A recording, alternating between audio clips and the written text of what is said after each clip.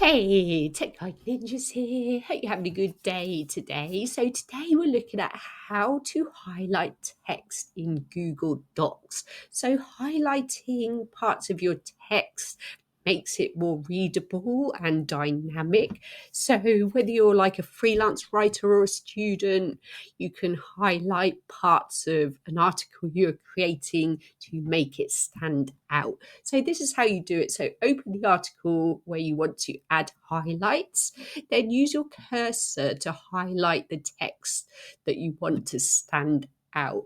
Then we're going to go to the toolbar and click on the pencil icon, which is the highlight color. So I'm going to click on there, and you can choose from any color there is or put in your own custom color.